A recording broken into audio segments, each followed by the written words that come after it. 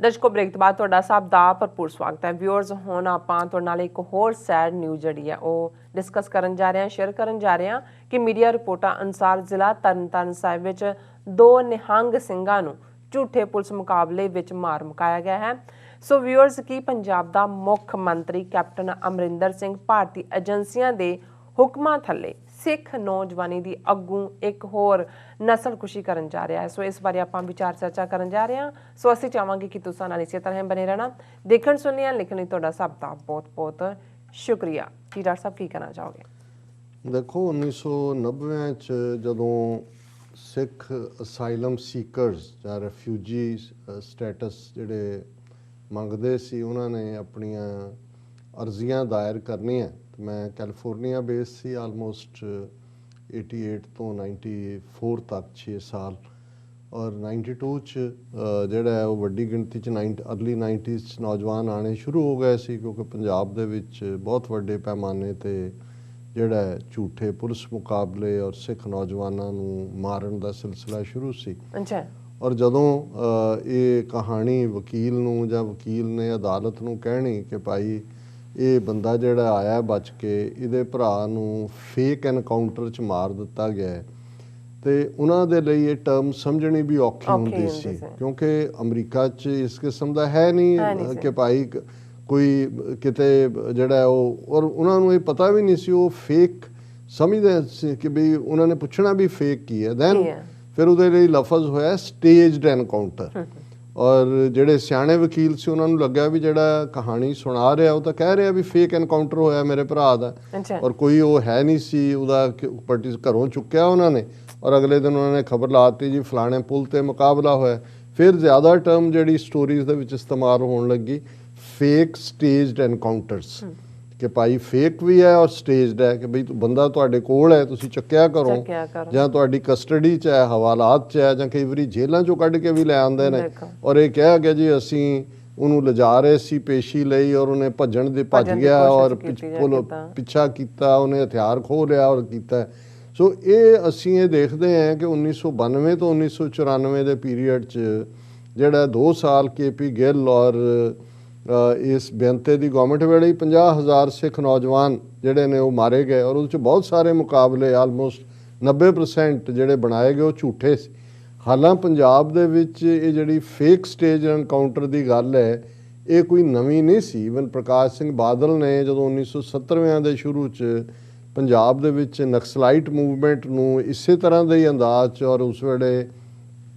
IG police ਭਗਵਾਨ ਸਿੰਘ ਦਾਨੇਵਾਲੀਆ ਸੀ, ਸੋ ਇਵੇਂ ਹੀ ਚੁੱਕ ਕੇ ਜਦੋਂ ਤੁਸੀਂ ਕਿਤੇ ਤੁਹਾਨੂੰ ਸੂਹ ਮਿਲੀ ਹੈ, ਇਨਾਮ ਰੱਖੇ ਹੋਏ ਨੇ, ਤੁਸੀਂ ਚੁੱਕ ਲਿਆ। ਹੁਣ ਇਹ ਵੀ ਪਤਾ ਹੈ ਵੀ ਅਦਾਲਤ 'ਚ ਲਿਜਾ ਕੇ ਜਾਂ ਕੋਈ ਸਬੂਤ ਤਾਂ ਹੁੰਦੇ ਨਹੀਂ ਕਿ ਭਾਈ ਕੀ ਹੈ, ਜਾਂ ਉਹਨਾਂ ਨੂੰ ਹੁੰਦਾ ਵੀ ਇਹਨਾਂ ਨੂੰ ਖਤਮ ਕਰੋ ਇਹਨਾਂ ਨੂੰ, ਔਰ ਉਹਨਾਂ ਨੂੰ ਮਾਰਨ ਵਾਲਿਆਂ ਜੀਵਨ ਇੱਕ 90 ਸਾਲ ਦਾ ਉਸ ਪੀਰੀਅਡ 'ਚ ਕਾਮਰੇਡ ਬੂਝਾ ਸਿੰਘ ਜਿਹੜਾ ਗਦਰ ਪਾਰਟੀ 'ਚ ਵੀ ਰਿਹਾ ਸੀ, ਉਹ ਬਾਦਲ ਨੇ ਦੇ ਪੀਰੀਅਡ 'ਚ ਜਿਹੜਾ ਐਨਕਾਊਂਟਰ ਬਣਾਇਆ ਸੀ। ਔਰ ਇਹ ਗੱਲ ਬਾਅਦ 'ਚ ਜਦੋਂ ਕਿ ਦਾਨੇਵਾਲੀਆ ਨੇ ਇੱਕ ਕਿਤਾਬ ਲਿਖੀ, ਪੰਜਾਬ ਪੁਲਿਸ ਇਨ ਦਾ 21st ਸੈਂਚੁਰੀ, ਜਾਂ ਪੁਲਿਸ ਇਨ 21st ਸੈਂਚੁਰੀ ਉਹਦਾ ਕਿਤਾਬ ਦਾ ਨਾਂ ਸੀ, ਔਰ ਉਹਦੇ 'ਚ ਉਹਨੇ ਮੰਨਿਆ ਕਿ ਵੀ ਅਸੀਂ ਇਹ, ਪਰ ਇੰਨੇ ਵੱਡੇ ਪੈਮਾਨੇ 'ਤੇ 1980ਵਿਆਂ ਤੋਂ ਬਾਅਦ ਬੇਸ਼ੱਕ ਪੰਜਾਬ 'ਚ ਉਸ ਤੋਂ ਪਹਿਲਾਂ ਭਾਈ ਕੁਲਵੰਤ ਸਿੰਘ ਨਾਗੋਕੇ ਦਾ ਵੀ ਐਨਕਾਊਂਟਰ ਬਣਾਇਆ ਗਿਆ ਔਰ ਚੱਲ ਰਿਹਾ ਸੀ ਕੰਮ, ਪਰ ਇਹ ਇੱਕ ਐਜ਼ ਏ ਪੋਲਿਸੀ ਪਲੈਨਡ ਕਰਨ ਦਾ ਕੰਮ ਜਦੋਂ ਰਿਬੈਰੋ ਜਿਹੜਾ ਅੱਜ ਬੜਾ ਸੈਕੂਲਰ ਬਣ ਕੇ ਆਰਟੀਕਲ ਲਿਖਦਾ ਹੈ ਕਿ ਜੀ ਇਹ ਭਾਰਤ 'ਚ ਕੀ ਚੱਲ ਰਿਹਾ, ਕੀ ਹੋ ਰਿਹਾ, ਲੇਕਿਨ ਜਦੋਂ ਰਿਬੈਰੋ ਪੰਜਾਬ ਦੇ ਵਿੱਚ ਸੁਰਜੀਤ ਸਿੰਘ ਬਰਨਾਲੇ ਦੀ ਚੀਫ ਮਿਨਿਸਟਰੀ ਵੇਲੇ 1985 'ਚ ਆਉਂਦਾ ਹੈ, ਅਤੇ ਇਹ ਸ਼ੁਰੂਆਤ ਹੋ ਜਾਂਦੀ ਹੈ, ਔਰ ਉਹ ਇਹ ਕਹਿੰਦਾ ਹੈ ਕਿ ਬੁਲਟ ਫਾਰ ਬੁਲਟ। ਹੁਣ ਜਿਹੜੀਆਂ ਲਾ ਐਨਫੋਰਸਮੈਂਟ ਏਜੰਸੀਜ਼ ਹੁੰਦੀਆਂ ਨੇ ਜਾਂ ਪੁਲਿਸ ਮੇਨ ਲਾ ਐਨਫੋਰਸਮੈਂਟ ਬਾਡੀ ਹੈ, ਉਹਨਾਂ ਦਾ ਕੰਮ ਹੁੰਦਾ ਹੈ ਕਿ ਉਹਨਾਂ ਨੇ ਜੇ ਕੋਈ ਰਿਪੋਰਟ ਹੈ ਉਸ ਦੀ ਤਹਿਕੀਕਾਤ ਕਰਨੀ, ਜਿਹੜਾ ਵੀ ਉਸ ਦੇ ਲਈ ਜ਼ਿੰਮੇਵਾਰ ਹੈ, ਲਾਅ ਬ੍ਰੇਕਰ ਹੈ ਜਾਂ ਕ੍ਰਿਮੀਨਲ ਹੈ, ਉਹਨਾਂ ਦੀ ਜ਼ਬਾਨ 'ਚ ਉਹਨੂੰ ਫੜਨਾ, ਸਬੂਤਾਂ ਦੇ ਨਾਲ ਅਦਾਲਤ 'ਚ ਪੇਸ਼ ਕਰਨਾ, ਉਹ ਦੋਸ਼ੀ ਹੈ ਕਿ ਨਹੀਂ ਹੈ ਇਹ ਅਦਾਲਤ ਨੇ ਡਿਸਾਈਡ ਕਰਨਾ। ਔਰ ਜਿਵੇਂ ਹਰ ਜੂਰਿਸਪ੍ਰੂਡੈਂਸ ਦਾ ਇੱਕ ਬੇਸਿਕ ਹੈ ਕਿ ਇਨੋਸੈਂਟ ਅੰਟਿਲ ਪ੍ਰੂਵਨ ਗਿਲਟੀ, ਜਦੋਂ ਤੱਕ ਅਦਾਲਤ ਦੇ ਵਿੱਚ ਕੋਈ ਦੋਸ਼ੀ ਸਾਬਤ ਨਾ ਹੋਏ ਉਹ ਇਨੋਸੈਂਟ ਹੈ, ਔਰ ਉਹਦੇ ਮੁਤਾਬਕ ਜੋ ਜੱਜ ਸੁਣਾਏ, ਜੋ ਵੀ ਇੰਡੀਅਨ ਪੀਨਲ ਕੋਡ ਦੀਆਂ ਧਾਰਾਵਾਂ ਨੇ, ਕਿਸੇ ਨੂੰ ਭਾਵੇਂ ਸਜ਼ਾਏ ਮੌਤ ਜਿਹੜੀ ਉਹਨਾਂ ਦੇ ਕਾਨੂੰਨ 'ਚ ਦਿੱਤੀ ਜਾਏ। ਪਰ ਉਹਨਾਂ ਨੇ ਇਹ ਦੇਖਿਆ ਕਿ ਭਾਈ ਮਕਸਦ ਤਾਂ ਸੀ ਸਿੱਖ ਜਵਾਨੀ ਦਾ, ਸਿੱਖ ਨਸਲਕੁਸ਼ੀ ਦਾ, ਜੀ ਔਰ ਉਹਦਾ ਦੇ ਲਈ ਇਹਨਾਂ ਨੇ ਫਿਰ ਇਨਡਿਸਕ੍ਰਿਮੀਨੇਟ ਕਿਲਿੰਗਸ, ਔਰ ਜਿਸ ਅੰਦਾਜ਼ 'ਚ ਇਹਨਾਂ ਨੇ ਹਰ 12-13 ਸਾਲ ਦੀ ਉਮਰ ਤੋਂ ਲੈ ਕੇ 35-40 ਸਾਲ ਤੱਕ ਔਰ ਦੇ ਜਿਹੜੇ ਚੁੱਕੇ ਘਰਾਂ 'ਚੋਂ ਨੌਜਵਾਨ, ਕੁਛ ਹਾਲਤਾਂ ਜੀਵਨ ਜਿਹੜੇ ਜੁਝਾਰੂ, ਪੂਰੇ ਸੱਚਮੁੱਚ ਦੇ ਜੁਝਾਰੂ ਸੀ, ਉਹਨਾਂ ਦੀ ਮਾਂ, ਉਹਨਾਂ ਦਾ ਪਿਓ, ਭੈਣਾਂ, ਭਰਾ, ਜੀਜੇ, ਈਵਨ ਯੂਪੀ ਔਰ ਮੱਧ ਪ੍ਰਦੇਸ਼ ਤੱਕ ਤੋਂ ਜਾ ਕੇ ਚੁੱਕ ਕੇ ਲਿਆ ਕੇ ਪੰਜਾਬ 'ਚ ਉਹਨਾਂ ਦੇ ਫੇਕ ਸਟੇਜ ਐਨਕਾਊਂਟਰ ਬਣਾਏ। ਦੇਖੋ ਔਰ ਇਹਦੇ 'ਚ ਵੀ ਕੋਈ ਸ਼ੱਕ ਨਹੀਂ ਕਿ ਜਿਸ ਨੇ ਇਸ ਨੂੰ ਚੈਲੰਜ ਕੀਤਾ ਸਰ ਜਸਵੰਤ ਸਿੰਘ ਖਾਲੜਾ, ਜਿਨ੍ਹਾਂ ਨੇ ਪੰਜਾਬ ਦੀਆਂ ਕ੍ਰਿਮੇਸ਼ਨ ਗਰਾਊਂਡਸ, 3 ਕ੍ਰਿਮੇਸ਼ਨ ਗਰਾਊਂਡਸ 'ਤੇ ਬੇਸਡ ਜਿਹੜਾ ਉਹ ਜਿਨ੍ਹਾਂ ਨੂੰ ਇਹ ਅਸੀਂ ਜਦੋਂ ਕਹਿੰਦੇ ਹਾਂ ਕਿ ਵੀ ਅਣਪਛਾਤੀਆਂ ਲਾਸ਼ਾਂ ਨੂੰ ਪਛਾਣ ਦਿੱਤੀ, ਅਲਟੀਮੇਟਲੀ ਉਹਨਾਂ ਨੂੰ ਵੀ ਅਣਪਛਾਤੀ ਲਾਸ਼ ਬਣਾ ਦਿੱਤਾ ਗਿਆ। ਪਰ ਬਹੁਤ ਸਾਰਿਆਂ ਨੇ ਕਹਿਣ ਦੀ ਕੋਸ਼ਿਸ਼ ਕੀਤੀ ਉਸ ਤੋਂ ਬਾਅਦ, ਕਿਉਂਕਿ ਉਹਨਾਂ ਦੀ ਸ਼ਹਾਦਤ ਜਿਹੜੀ ਹੈ ਉਹ 6 ਸਤੰਬਰ 1995 ਨੂੰ ਹੁੰਦੀ ਹੈ, ਹੁਣ 26 ਸਾਲ ਆਲਮੋਸਟ ਹੋਣ ਵਾਲੇ ਨੇ, ਕਿ ਜੀ ਉਹ ਉਸ ਜ਼ਮਾਨੇ ਦੀ ਹੋਇਆ, ਪਾਸਟ ਸੀ, ਇੱਧਰ ਸੀ, ਉੱਧਰ ਸੀ। ਪਰ ਜਿਹੜੇ ਅੱਜ ਘਟਨਾ ਦਾ ਅਸੀਂ ਜ਼ਿਕਰ ਕਰ ਰਹੇ ਹਾਂ, ਔਰ ਜਿਵੇਂ ਤੁਸੀਂ ਕਿਹਾ ਕਿ ਕੀ ਸੈਂਟਰਲ ਏਜੰਸੀਆਂ ਨੇ ਅਮਰਿੰਦਰ ਸਿੰਘ ਨੂੰ ਅੱਗੋਂ ਹਰੀ ਝੰਡੀ ਦੇ ਦਿੱਤੀ ਹੈ ਕਿ ਭਾਈ ਹੁਣ ਉਨਾ ਕੁ ਜਿਹੜਾ ਪੰਜਾਬ ਦੇ ਵਿੱਚ ਫੇਰ ਨੌਜਵਾਨ ਜਿਹੜਾ ਉਹ ਕੁਰਬਾਨੀ ਦੇ ਲਈ ਤਿਆਰ ਹੋ ਗਿਆ ਜਾਂ ਆਪਣੇ ਹੱਕਾਂ ਦੇ ਲਈ ਬੇਚੈਨ ਹੈ ਕਿ ਉਸਨੇ ਜਿਹੜਾ ਉਹ ਚੈਲੰਜ ਕਰਨਾ ਹੈ। ਔਰ ਉਹ ਨਜ਼ਰ ਆ ਰਿਹਾ ਕਿ ਭਾਈ ਕਿਸਾਨੀ ਲਹਿਰ, ਭਾਵੇਂ ਉਹਨਾਂ ਦੀ ਲੀਡਰਸ਼ਿਪ ਨੂੰ ਏਜੰਸੀਆਂ ਨੇ ਜਾਂ ਉਹਨਾਂ ਦੇ ਆਪਣੇ ਕਾਮਰੇਡੀ ਵਰਤਾਰੇ ਨੇ ਕਾਬੂ ਕਰਵਾਇਆ, ਲੇਕਿਨ ਜਿਵੇਂ ਪੰਜਾਬ ਦੇ ਵਿੱਚ ਅੱਜ ਹੱਕਾਂ ਲਈ ਬੇਚੈਨੀ ਹੈ, ਔਰ ਈਵਨ ਇਹਦੇ ਬਾਵਜੂਦ ਕਿ ਉਹ ਕਿਸਾਨ ਲਹਿਰ ਨਾਲੋਂ ਟੁੱਟਣਾ ਨਹੀਂ ਚਾਹੁੰਦੇ, ਪਰ ਜਿਹੜਾ ਇਕੱਠ ਜਿਹੜਾ ਮਹਾਰਾਜ ਦੇ ਵਿੱਚ ਹੋਇਆ, ਮਸਤੂਆਣਾ ਸਾਹਿਬ ਹੋਇਆ, ਹੁਣ ਜੰਡਿਆਲਾ ਗੁਰੂ ਦੇ ਵਿੱਚ ਹੈ, ਔਰ ਇਸ ਸਾਰੇ ਦੇ ਨਾਲ ਨਾਲ ਜਿਵੇਂ ਇੱਕ ਪੈਰਲਲ ਆਵਾਜ਼ ਜਿਹੜੀ ਨੌਜਵਾਨੀ ਦੀ, ਹੁਣ 25 ਤਰੀਕ ਨੂੰ ਉਹਨਾਂ ਦੇ ਨਵਰੀਤ ਸਿੰਘ ਜਿਹੜੇ ਯੂਪੀ ਤੋਂ ਜਿਨ੍ਹਾਂ ਨੂੰ ਸ਼ਹੀਦ ਕੀਤਾ, ਉਸੇ ਹੀ 26 ਜਨਵਰੀ ਦੀ ਜਿਹੜੀ ਹੈ ਕਿਸਾਨ ਟਰੈਕਟਰ ਰੈਲੀ ਦੇ ਦੌਰਾਨ ਉਹਨਾਂ ਦੇ ਦਾਦਾ ਸਰਦਾਰ ਹਰਦੀਪ ਸਿੰਘ ਡਿਬਡਿਬਾ ਜਿਹੜੇ ਨੇ ਉਹ ਮਾਰਚ ਲੈ ਕੇ ਜਾ ਰਹੇ ਨੇ, ਨੌਜਵਾਨਾਂ 'ਚ ਉਤਸ਼ਾਹ ਹੈ। ਹੁਣ ਇਹ ਜਦੋਂ ਇਸ ਲੈਵਲ ਦੇ ਉੱਤੇ, ਔਰ ਕਿਵੇਂ ਅਮਰਿੰਦਰ ਦਾ ਅਸੀਂ ਡਿਸਕਸ ਕੀਤਾ ਸੀ ਕਿ ਉਹਨਾਂ ਨੇ ਪ੍ਰਾਈਮ ਮਿਨਿਸਟਰ ਇਮਰਾਨ ਖਾਨ ਔਰ ਜਨਰਲ ਬਾਜਵਾ ਦੇ ਜਿਹੜੀ ਪੀਸ ਆਫਰਸ ਹੈ ਉਸ ਦਾ ਗਵਰਨਮੈਂਟ ਚੁੱਪ ਰਹੀ, ਕੋਈ ਵਜ਼ੀਰ ਨਹੀਂ ਬੋਲਿਆ। ਜਿਵੇਂ ਇਹ ਭੌਂਕਿਆ ਕਿ ਜੀ ਦੇਖੋ ਡਰੋਨ ਹਥਿਆਰ ਸੁੱਟ ਰਹੇ ਨੇ, ਰੋਜ਼ ਕੋਕੇਨ ਸੁੱਟ ਰਹੇ ਨੇ, ਡਬਲ ਹੋ ਗਿਆ, ਟ੍ਰਿਪਲ ਹੋ ਗਿਆ, ਔਰ ਅਸੀਂ ਲਗਾਤਾਰਤਾ ਨਾਲ ਕਹਿੰਦੇ ਆਏ ਕਿ ਇਹਨਾਂ ਦੀ ਬਦਨੀਅਤ ਹੈ। ਇਹ ਅਜੀਤ ਡੋਵਲ ਦੇ ਬੜਾ ਕਲੋਜ਼ ਹੈ, ਇਹਦਾ ਮੁੰਡਾ ਔਰ ਅਜੀਤ ਡੋਵਲ ਦਾ ਮੁੰਡਾ, ਇਹਨਾਂ ਦੀ ਬਿਜ਼ਨਸ ਪਾਰਟਨਰਸ਼ਿਪ ਦੀਆਂ ਜਿਹੜੀਆਂ ਗੱਲਾਂ ਵੀ ਅਰਾਊਂਡ ਘੁੰਮਦੀਆਂ ਨੇ ਕਿ ਭਾਈ ਇਹ ਬਿਲਕੁਲ ਇੱਕ ਤਾਂ ਕਿਸਾਨਾਂ ਦੇ ਮਾਮਲੇ 'ਚ ਵੀ ਇਹ ਰੋਲ ਅਦਾ ਉਹੀ ਕਰ ਰਿਹਾ ਜੋ ਟਰੋਜਨ ਹਾਰਸ ਦਾ ਸੀ ਜਾਂ ਵਿਭੀਸ਼ਣ ਦਾ ਰੋਲ ਸੀ ਆਪਣੇ ਭਰਾ ਰਾਵਣ ਨੂੰ ਮਰਵਾਉਣ 'ਚ। ਲੇਕਿਨ ਇਹ ਅੱਗੋਂ ਕੋਈ ਨਾ ਕੋਈ ਜਿਹੜਾ ਆਪਣੀ ਯਥਾਰਥਤਾ ਆਪਣੇ ਆਪ ਨੂੰ ਕਾਇਮ ਰੱਖਣ ਲਈ ਇਹ ਪੂਰਾ ਉਹਨਾਂ ਦਾ ਹੱਥ ਠੋਕਾ ਬਣਿਆ ਹੋਇਆ। ਔਰ ਅੱਜ ਇੱਕ ਘਟਨਾ ਜਿਸ ਦਾ ਜ਼ਿਕਰ ਪੰਜਾਬ ਦੇ ਮੀਡੀਆ 'ਚ ਹੈ, ਔਰ ਜ਼ਾਹਰ ਹੈ ਸਰ ਸਿਮਰਨਜੀਤ ਸਿੰਘ ਮਾਨ ਜਿਹੜੇ ਸ਼੍ਰੋਮਣੀ ਅਕਾਲੀ ਦਲ ਦੇ ਪ੍ਰੈਜ਼ੀਡੈਂਟ ਨੇ ਅੰਮ੍ਰਿਤਸਰ ਸ਼੍ਰੋਮਣੀ ਅਕਾਲੀ, ਉਹਨਾਂ ਦੀ ਬੜੀ ਸਟਰੋਂਗ ਸਟੇਟਮੈਂਟ ਵੀ ਹੈ। ਹਾਲਾਂਕਿ ਬਹੁਤ ਸਾਰਾ ਮੀਡੀਆ ਜਿਹੜਾ ਉਹ ਪਹਿਲਾਂ ਤਾਂ ਚੁੱਪ ਰਿਹਾ, ਹੁਣ ਹੌਲੀ ਹੌਲੀ ਖੁੱਲ੍ਹਣੇ ਸ਼ੁਰੂ ਹੋਏ ਨੇ। ਔਰ ਇਸ ਦਾ ਨਤੀਜਾ ਕਿਉਂਕਿ ਇਵੇਂ ਹੀ ਪਹਿਲਾਂ ਇੱਕ ਘਟਨਾ ਜਿਹਦਾ ਪਟਿਆਲੇ ਨਾਲ ਸੰਬੰਧ ਸੀ ਜੋੜ ਕੇ ਜੀ ਨਿਹੰਗ ਨੇ ਪੁਲਸੀਏ ਦਾ ਗੁੱਟ ਵੱਢ ਦਿੱਤਾ ਕਿਉਂਕਿ ਉਹਨਾਂ ਦੇ ਟਰੱਕ ਨੂੰ ਰੋਕਿਆ। ਔਰ ਦੂਜਾ, ਔਰ ਉਦੋਂ ਸਾਡੇ ਜਿਹੜੇ ਵੱਡੇ ਵੱਡੇ ਅੱਜ ਵਕੀਲ ਵੀ ਆਪਣੇ ਆਪ ਨੂੰ ਕਹਾਉਣ ਵਾਲੇ ਨੇ, ਉਹਨਾਂ ਦੇ ਬਿਆਨ ਸੀ ਕਿ ਜੀ ਫਾਂਸੀ ਦੇ ਦੇਣੀ ਚਾਹੀਦੀ ਹੈ ਨਿਹੰਗ ਸਿੰਘ ਨੂੰ।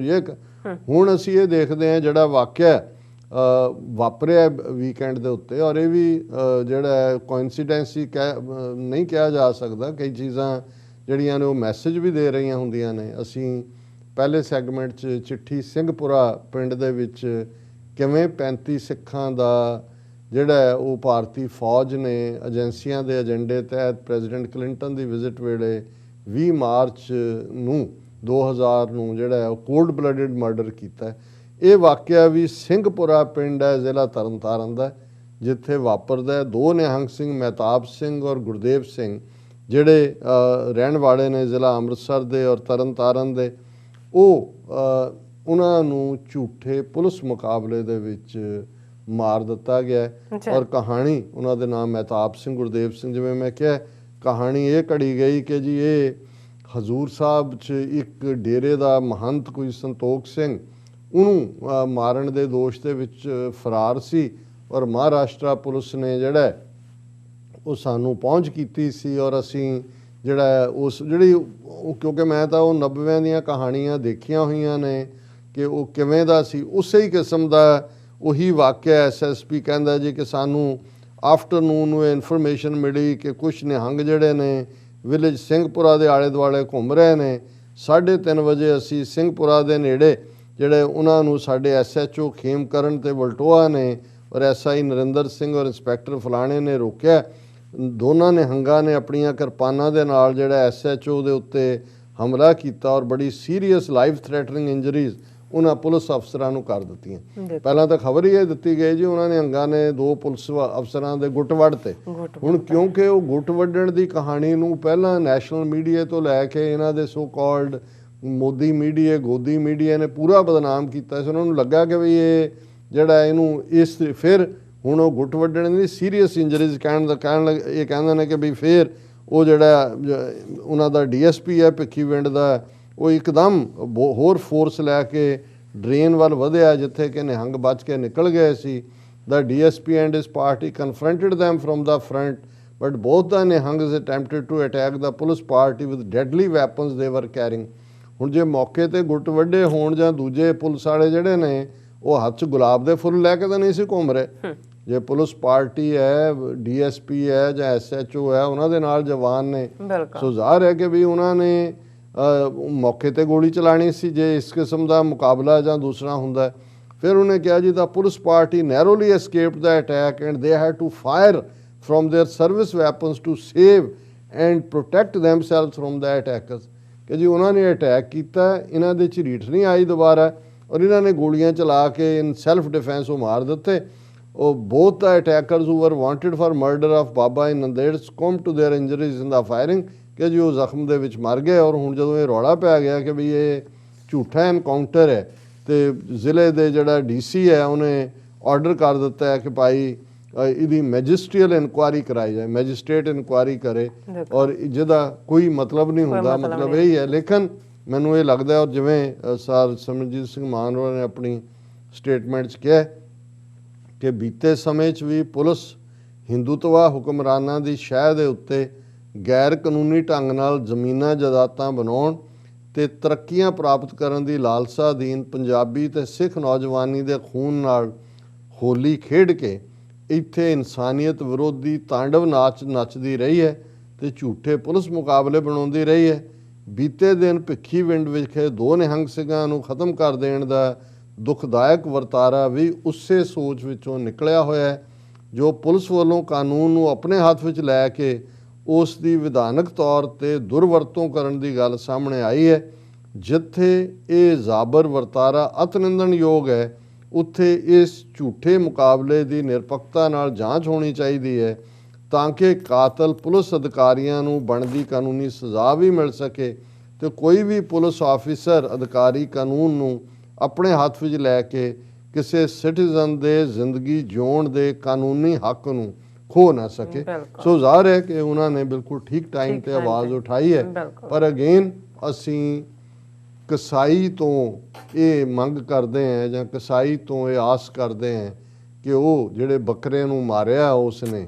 ਉਸ ਦੀ ਇਨਕੁਆਇਰੀ ਕਰੇ। ਸੋ ਮੈਨੂੰ ਇਹ ਲੱਗਦਾ ਹੈ ਕਿ ਵੀ ਇਹ ਇੰਡੀਕੇਸ਼ਨ ਆਲਰੇਡੀ ਬੇਸ਼ੱਕ ਇਹ ਤਾਂ ਖਬਰਾਂ ਸੀ ਕਿ ਜੀ ਫਲਾਂ ਬਾਰਡਰ ਕ੍ਰਾਸ ਕਰਦਿਆਂ ਇੱਕ ਘੁਸਪੈਠੀਆ ਜਿਹਦੀ ਜੇਬ 'ਚੋਂ ਸੰਤਰੇ ਤੇ ਛਿੱਲੜ ਨਿਕਲੇ ਸੰਤਰਿਆਂ ਦੇ ਮਾਰੇ, ਉਹ ਵੀ ਮੈਨੂੰ ਲੱਗਦਾ ਸੀ ਕਿ ਵੀ ਇਹ ਇਹਨਾਂ ਨੇ ਕਿਉਂਕਿ ਅੰਮ੍ਰਿਤਸਰ ਗੁਰਦਾਸਪੁਰ ਫਿਰੋਜ਼ਪੁਰ ਇਹ ਜ਼ਿਲ੍ਹੇ ਰਹੇ ਨੇ ਜਿਨ੍ਹਾਂ 'ਚ ਕਾਫੀ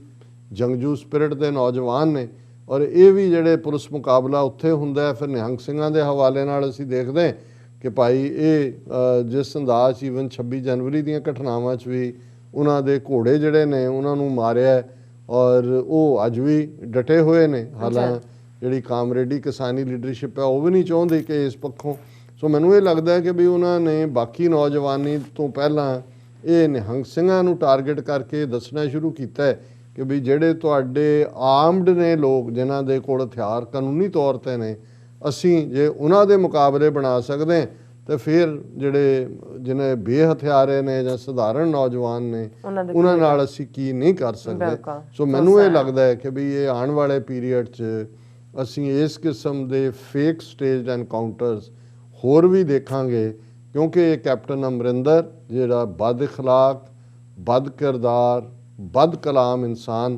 ਜਿਹਦੇ ਪੁਰਖਿਆਂ ਨੇ ਵੀ ਆਪਣੀ ਕੌਮ ਦੇ ਨਾਲ ਗੱਦਾਰੀਆਂ ਕੀਤੀਆਂ ਔਰ ਇਹ ਵੀ ਉਸੇ ਰਸਤੇ ਤੇ ਤੁਰਿਆ ਹੋਇਆ ਹੈ, ਇਹ ਅਜੀਤ ਡੋਵਲ ਇੰਡੀਅਨ ਏਜੰਸੀਆਂ ਦੀ ਖੇਡ ਖੇਡ ਰਿਹਾ। ਔਰ ਆਉਣ ਵਾਲੇ ਪੀਰੀਅਡ 'ਚ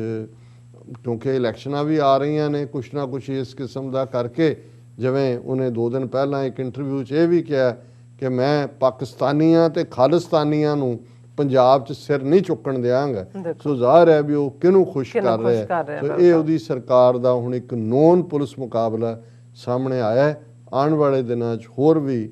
ਬਦਤਰ ਜਿਹੜੀ ਹੈ ਸਿਚੁਏਸ਼ਨ ਉਹ ਬਣ ਸਕਦੀ ਹੈ। ਜੀ ਡਾਕਟਰ ਸਾਹਿਬ ਬਿਲਕੁਲ। ਸੋ ਇੱਥੇ ਲੈਣੇ ਬ੍ਰੇਕ। ਵਿਊਅਰਸ ਤੁਸੀਂ ਸਾਨੂੰ ਇਸੇ ਤਰ੍ਹਾਂ ਹੀ ਬਣੇ ਰਹਿਣਾ, ਮਿਲਦੇ ਹਾਂ ਛੋਟੇ ਜਿਹੇ ਵਕਫੇ ਤੋਂ ਬਾਅਦ।